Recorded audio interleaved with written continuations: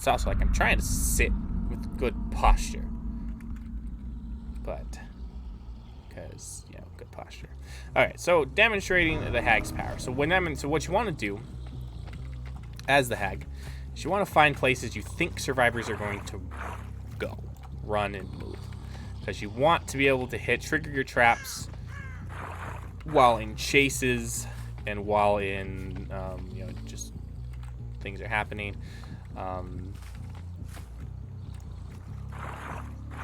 So yeah, all right. Setting traps, and you see, I'm building a web right now.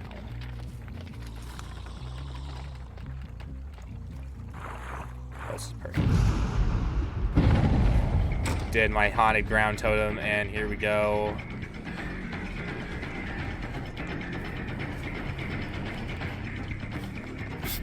And down. Oh, that is why I love haunted ground. Now I hook. I'll place a trap at her feet so someone comes rescue her. Someone was working on this generator. Kick it.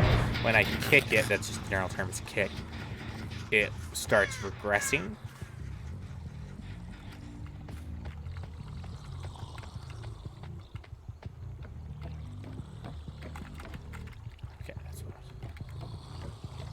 So they're all probably going to be slightly paralyzed until Haunted Grounds is over because they don't want me to, like, they don't want to trigger my traps.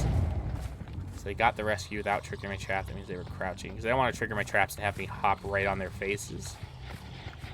Right, someone came back because I could kick it again. So you can only kick it once per when it's been worked on.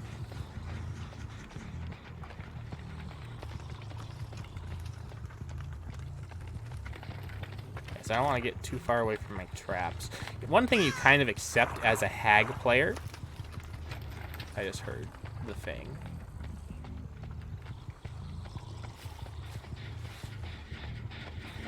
Sorry, I thought I heard her whimpering. One thing you kind of accept as a hag player is that you're going to lose 1 or 2 generators because you just, you know, it's fine. You want the playable map area to be smaller. You want people to come into my web. Can you see the... Yes. So I can see the generators from the beginning. They're the red auras. Only the killer can. The survivors can't. It's so that way I know where to go, where to patrol. Oh, seriously, where are these guys? Are they like... Oh, they're over here.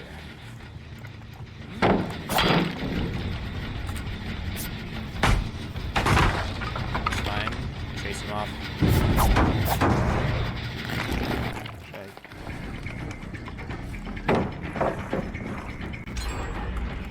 Oh, he didn't trigger any traps. I was hoping he would trigger that trap right there.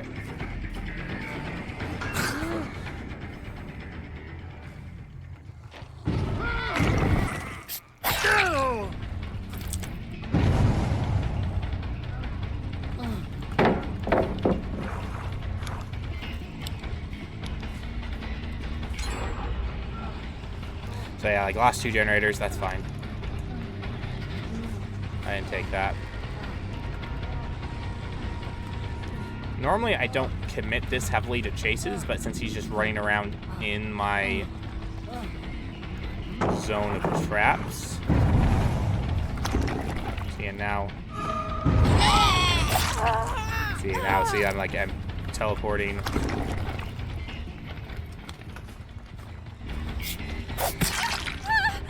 So yeah, so I'm telling how many traps can I have at a time. I can have 10. If you look in the left-hand corner, you can see the numbers of traps.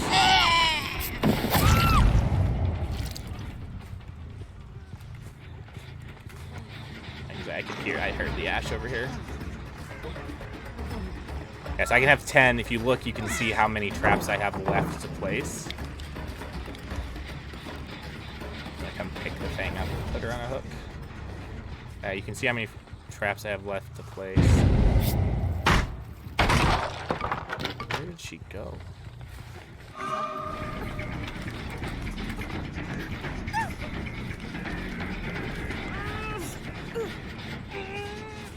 Yeah, so I can have 10 traps. Bottom left corner, you can see I have right above where the survivors' portraits are, their nameplates. You can see that I have 8 traps left to place.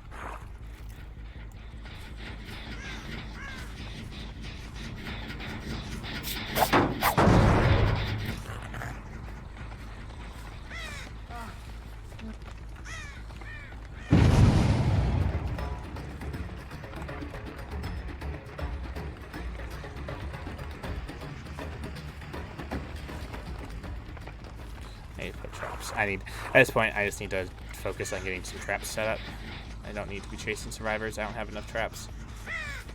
So yeah, I need to be focusing on getting these traps set up so that way they trigger them and I can actually do things.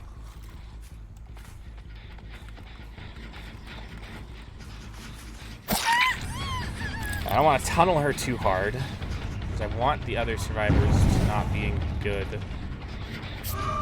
Yeah, I saw you, Meg. I saw you, Meg. So I want the other survivors to not be in good positions either.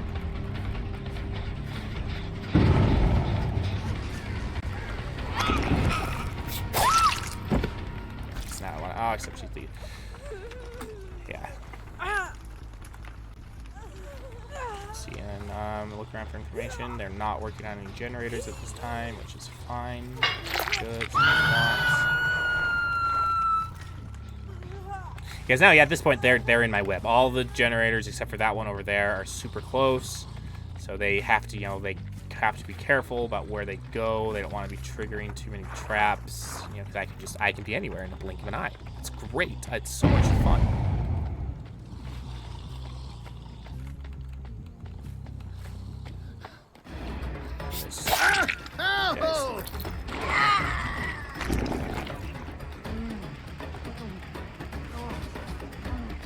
And this guy's out. This guy's down.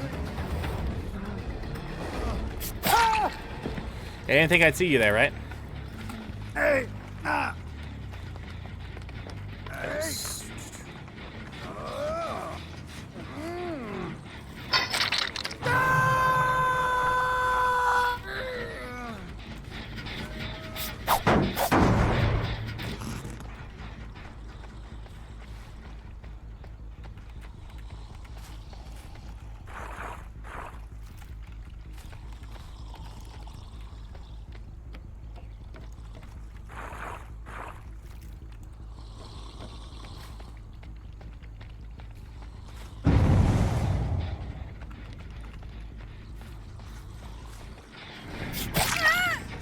I saw you, Fang. I saw you, Fang. But I hooked 2 of your other teammates.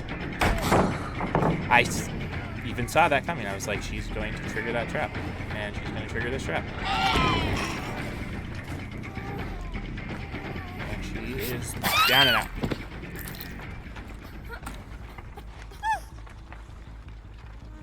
Alright, we're going to look for some... Okay, so they are working on that generator and that generator right there.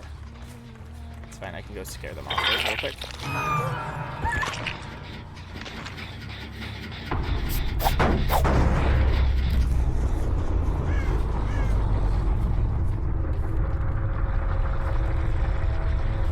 Since this one's almost done. Is that person in?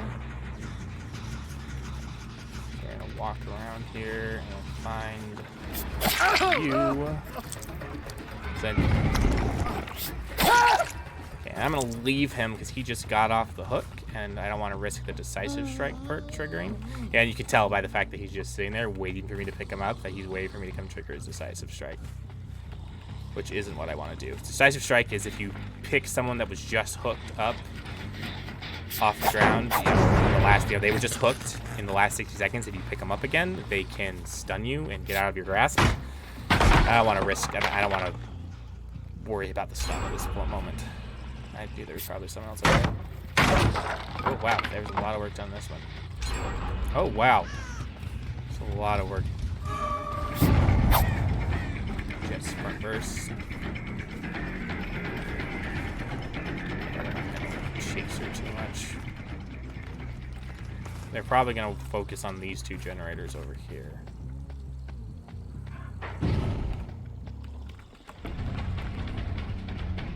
Yeah, I know he's in there, and I know he has Ed on. I'm not gonna...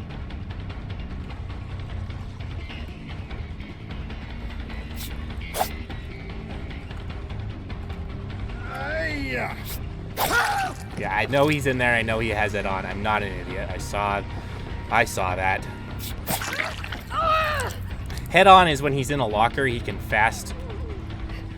get out of a locker faster and stun me. So I was like, I'm not an idiot. I remember he had head on. I'm not gonna fall for it twice. Like, oh, good job. But now there's a lot of pressure on this Meg because there's only one. And honestly, I just need to go chase this Meg. Now I need to chase the Claudette. Cool. Now I just let the Claudette sit on the ground.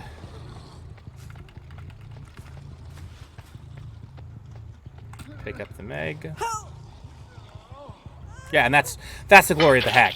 Like, seriously, like, from the survivor standpoint, they're like, oh, we got this. But, like, I could just be anywhere on the map at, you know, boom, in the blink of an eye. And so, like, that was great. I can totally make this. I've got this. So.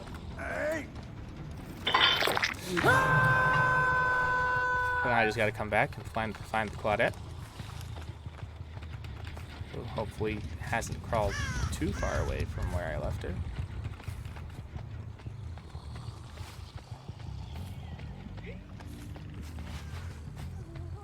At this point, I just gotta listen for the Claudette's moaning sounds. And there she is. So I'm gonna pick her up, put her on a hook, and that is the beauty of the hag. It's great.